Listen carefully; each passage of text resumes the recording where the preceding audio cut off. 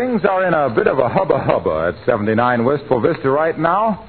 But gee whiz, if a wealthy friend of yours offered you a chance to spend the summer in a classy spot like the exclusive North Shore of Lake Dugan, I'll bet you'd be busting your buttons, too. Like Fibber McGee and Molly.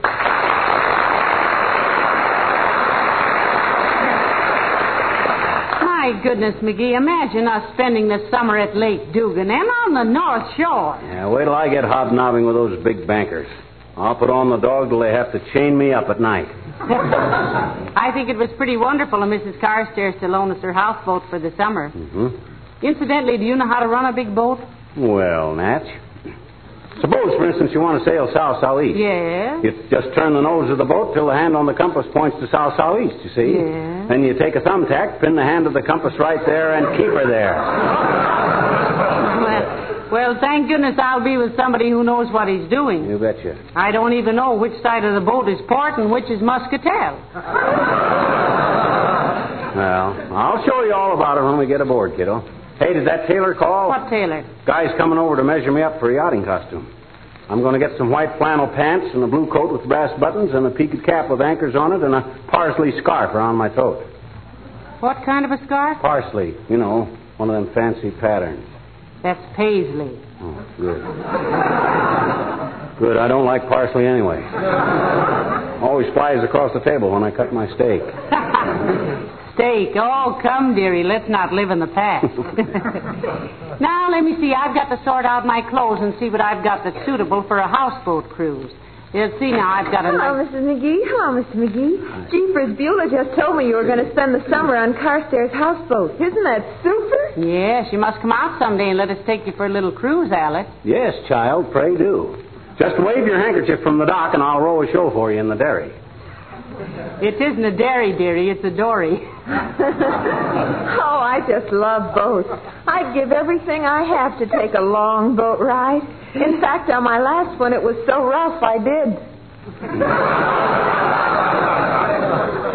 I'm a pretty good sailor myself, Alice. Had me a catboat on the Illinois River once, but it blew ashore in the cyclone. Yeah, the police called up and said it was up in a tree by the public library.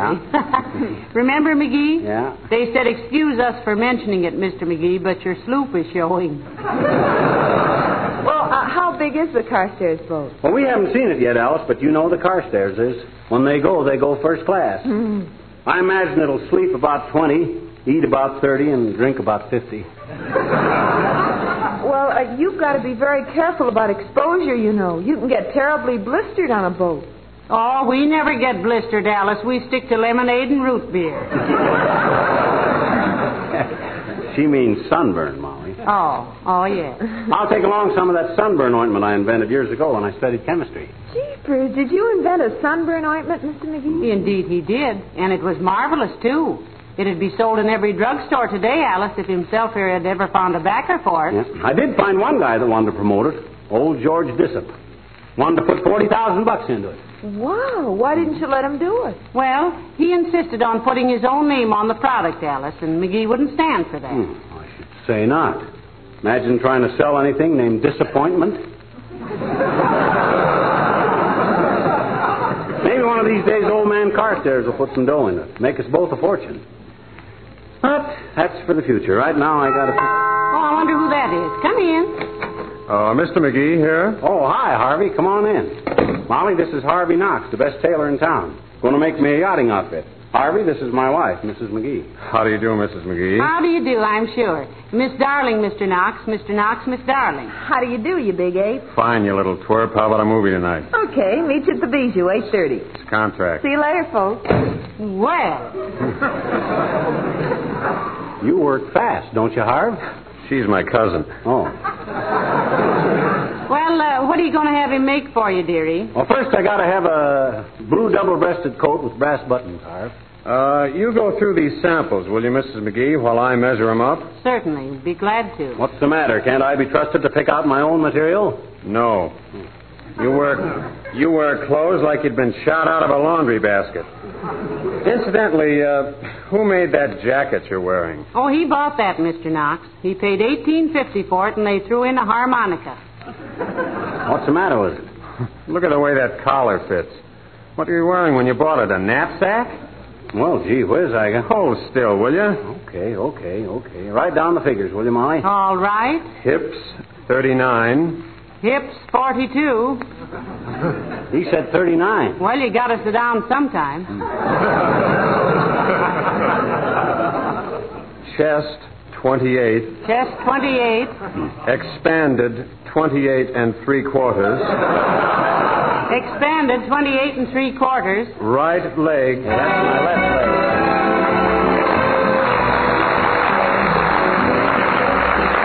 Billy Mills and the orchestra play Love.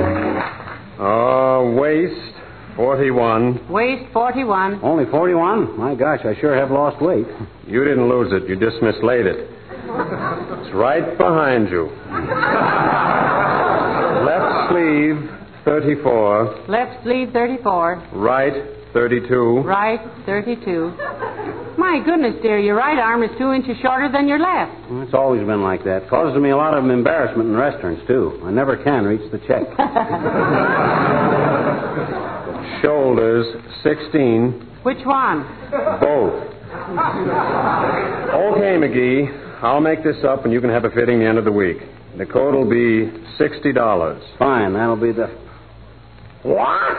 Why, you big purse snatcher, where do you get off charging that kind of dough for 1.5 yards of this moth-eaten burlap? Now, McGee. You haven't got a tailor in your whole sweatshop that could thread a rope through a sewer pipe. Oh, $60. Wait till the OPA hears about this, you hijacker. They'll lower your ceilings till you have to lie on your stomach to answer the phone. Oh. My gosh, even Schaffner and Marx have a heart.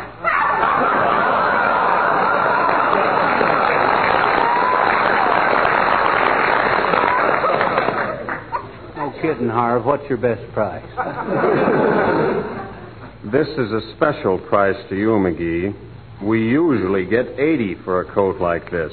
Were you under the impression that Mr. Knox was running a rummage sale, dearie? I knew you'd feel this way about it, McGee. So I brought you a coat we made up some time ago that was never called for. Here. Oh. This will fit you, and you can have it for $30. Make it 15 and it's a deal. 25. 20. 33. 32. Sold. Here you are. Say, this is a pretty good-looking hunk of stuff, kid. Mm-hmm. How much obliged, Harv? You'll get all my trade from now on. Threats will get you nowhere, McGee. Well, nice to meet you, Mr. McGee. Good day. Well, so long, Harv. Hey, why didn't the customer ever call for this coat? He fell off a houseboat and was drowned. Oh. Well, that's a mighty pretty piece of flannel there, McGee. Yeah, fits me like a glove, too. Yeah. Wish it fitted me more like a coat. I'll still look pretty snappy lounging around the dock with all them rich millionaires. Yes, you will. Maybe when Mrs. Carstairs offered us this houseboat of hers, she was just trying to get us into the high handshake crowd, huh? Yeah, well, we can handle it. Anything you don't quite understand about society etiquette, you can ask me, Mommy. I know the answers. Yeah. I remember the time we went to that Flossie dinner party and you choked on the liqueur. I don't remember that. You said, what is this stuff? And the host said, Napoleon brandy. And you said, no wonder he kept his hand inside of his shirt. I got heartburn already. Come in. Oh, Dr. Gamble. Come in, Doctor. Hello, Molly. Good day, Ridge William. Ridge William. That's a high-grade hillbilly. Say, what's the brass button coat for, Perch Puss? You're joining the police force? That's his yachting coat, Doctor. We're spending the summer at Dugan's Lake. On the North Shore, if you please. Yeah. Mrs. Carstairs has offered us the loan of her houseboat for the season. Won't you be a trifle out of your element, Dumbo, mingling with the Dugan's Lake aristocracy? Oh, I don't know about that, Doctor. We're just as good as they are. Yeah. Oh, I didn't mean you, my dear. You are a lady by instinct. Oh. I was referring to little Slumgullion here. He thinks a dinner jacket is the skin off a baked potato. Oh, I say, that's rather an amusing quip, old chap. Oh, you medical fellows are frightfully keen at that sort of thing. Oh, stop it, you little phony. You're about as authentic as a Japanese newscast. So when do you shove off on this seagoing hitchhike, Molly? This week, Doctor, and I'm really excited about it. I've always wanted to spend a summer on a boat and get a good coat of tan. I usually look like I'd spend July and August working as a subway guard. Well, take it easy, my dear. Start with 15 minutes a day and work up to an hour or an hour and a half. You have a fair skin, you know. How about me? I got a fair skin, too. Yes, but yours is unusually thick. Well, bon voyage, kiddies. See you in October. Have a nice summer, Doctor. So long, Doc.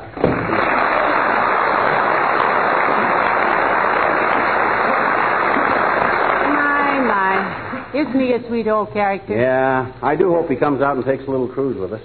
It's time he learned to fish for something besides appendixes. Is appendixes correct?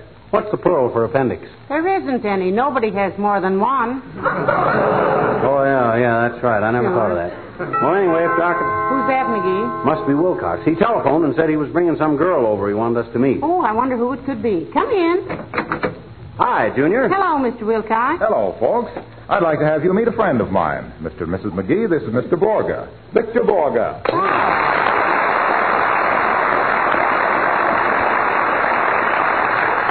Well, how do you do, I'm sure. Madame, I'm charmed. How do you do, Mr. McGee? Hi, Bud. My goodness, that's the first time I ever had my hand kissed. Rather fun, isn't it?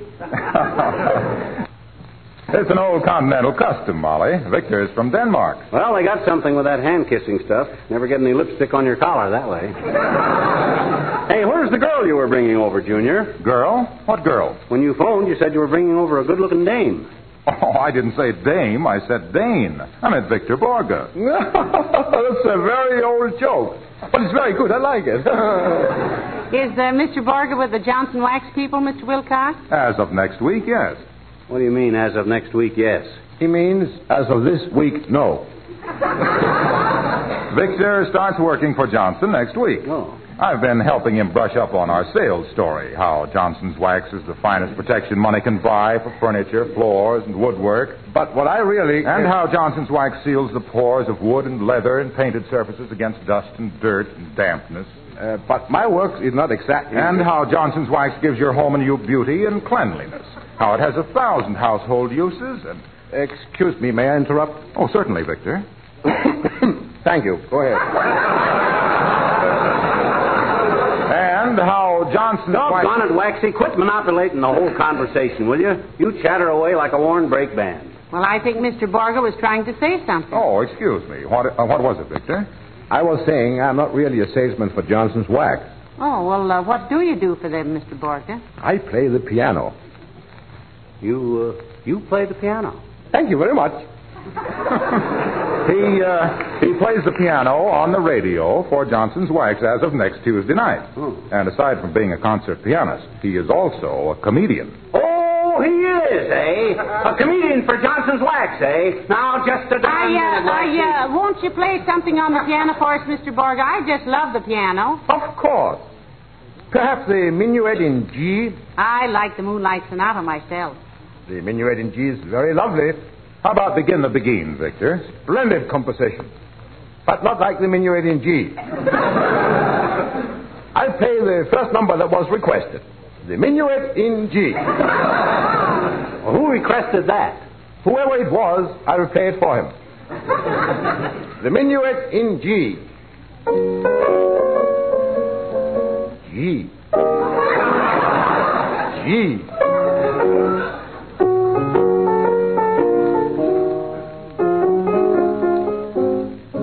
Gee whiz. That was wonderful, Mr. Borga, and so original. Now, let's hear some jokes, Bud.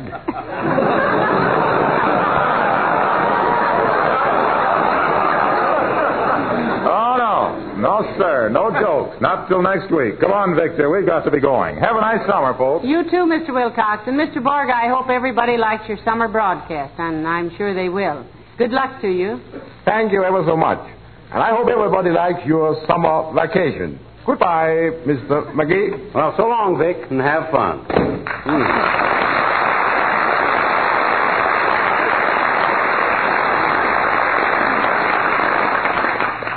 Comedian, eh? New comedian for Johnson's Wax, eh? Why on earth are you staring at the wall, McGee? Trying to see if there's any handwriting on it. Oh, Oh, well, why worry one? Hey, where are you going? I'm going upstairs and check over a couple of evening dresses.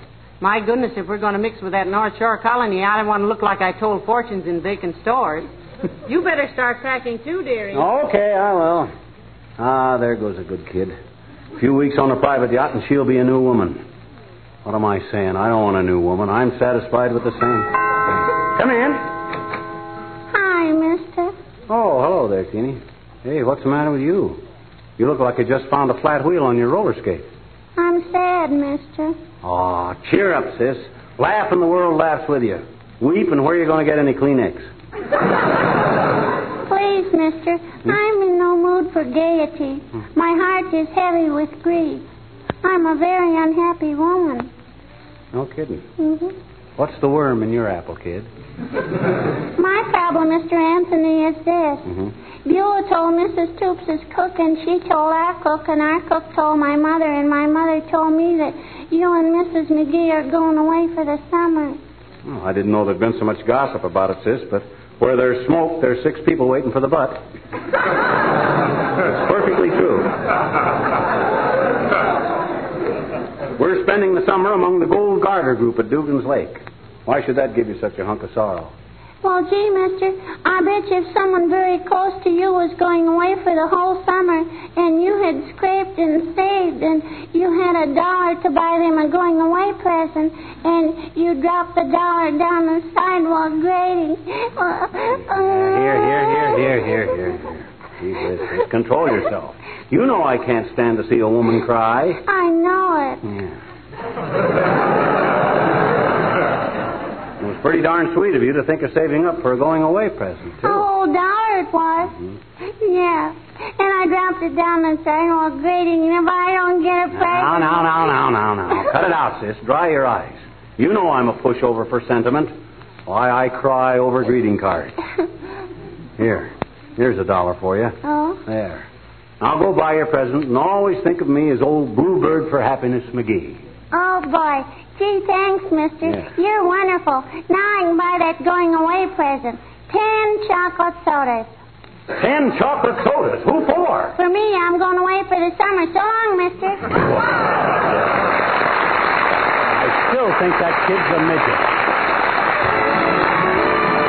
Sailing over the bounding lake, and if we catch a lot of fish, believe me, boy, that's Jake. Sailing. Hey, Molly. Yes, McGee? You see my jackknife anyplace? No, I haven't, dearie. What'd you want it for? I'll need it on the boat. Have to carve the daily report with it.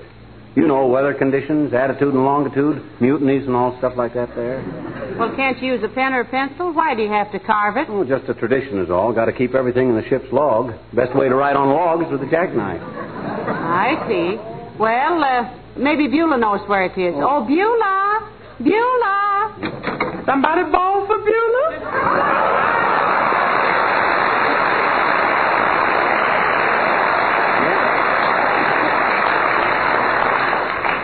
Hey, you see my jackknife anyplace, Bew? You mean the one with the mama of pearl handle? And all the little gimmicks on it, like a corkscrew and a button hook and a nail file and a screwdriver and even a couple of knife blades? That's the one, Beulah. No, ma'am, I ain't seen it. Keep an eye out for it, will you, Beulah? Be an awful handy thing to have on a yacht. Yeah, sir. You sure is going to have plenty of time this summer to play Mumbly Pig. Peg, Beulah, not pig. No, ma'am, I suppose a pig would get seasick. Me too. Especially I get internally uneasy at a fast-dripping faucet. That's why I'm awful glad I'm staying right here on good old terracotta. Firma. Firma. Yes, sir. Never been firm about anything in my life. Well, I sure hope you're supposed to have a good time yachting around. Oh, I tell you, it's going to be wonderful, Beulah. We've rubbed elbows with millionaires before, but none of it has ever come off on it. Maybe this time it'll take, huh? No, that's right. You know what to say, man. There's other things in the world besides money, but you can't get them without it. The social aspect of the situation doesn't interest me, Beulah. It's the fishing I'm looking forward to. By the end of the summer, I'll pack up my fishing tackle and drop a $5 bill over the side of the boat. What on earth for? That'll be the only fin left in Lake Dugan by that time. Be the only fin left in Lake. He whipped that one in there.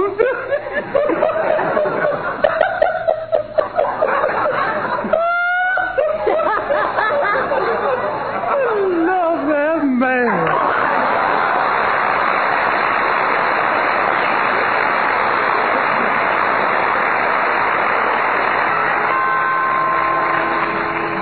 I'll answer the door, ma'am. Please, Beulah. Oh, how you doing, Miss Carstairs? Come right here. Thank you, Beulah. How do you do, Mrs. McGee? Hello, Mrs. Carstairs. Hi, Carsty. Been trying to get you on the phone all day, ever since Beulah gave us your phone message. Oh, yes, I understood you were trying to get me, Mr. McGee. Well, we just wanted to thank you for your generous offer, Mrs. Carstairs. It's simply wonderful of you. Yeah, Carsty, you're a peach to do it. Just a fuzzy old peach. With a pit of gold. Well, it seems a great deal of fuss to make over such a small thing, Mr. McGee. Oh, but you don't know how much it means to him, Mrs. Carstairs. He loves boats and water and fishing so much. Well, I can understand that, I'm sure. I come from a long line of seafaring men myself. My grandfather was a rear admiral, you know. I suspected that the minute I saw you, Carsty. I saw you walking down the street one day, and I says to myself, I says, by George, I says, I'll bet there was a rear admiral in her family.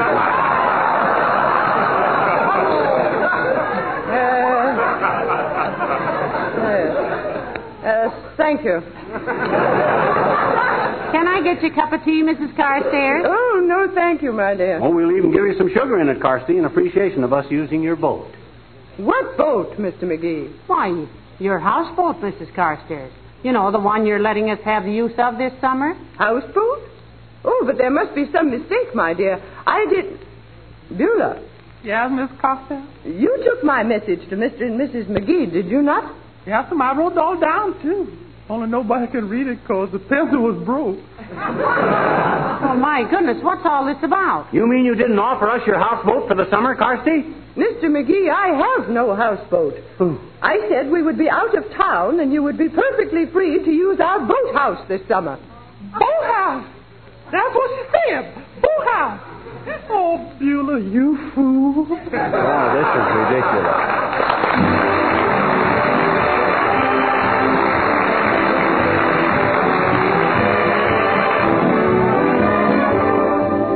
Ladies and gentlemen, for 11 years now, we've been thanking you annually for your wonderful loyalty and support of the Johnson Wax program, and we'd like to do it again. We have a definite understanding with our sponsor that if you continue to like our show, they might take us on permanently.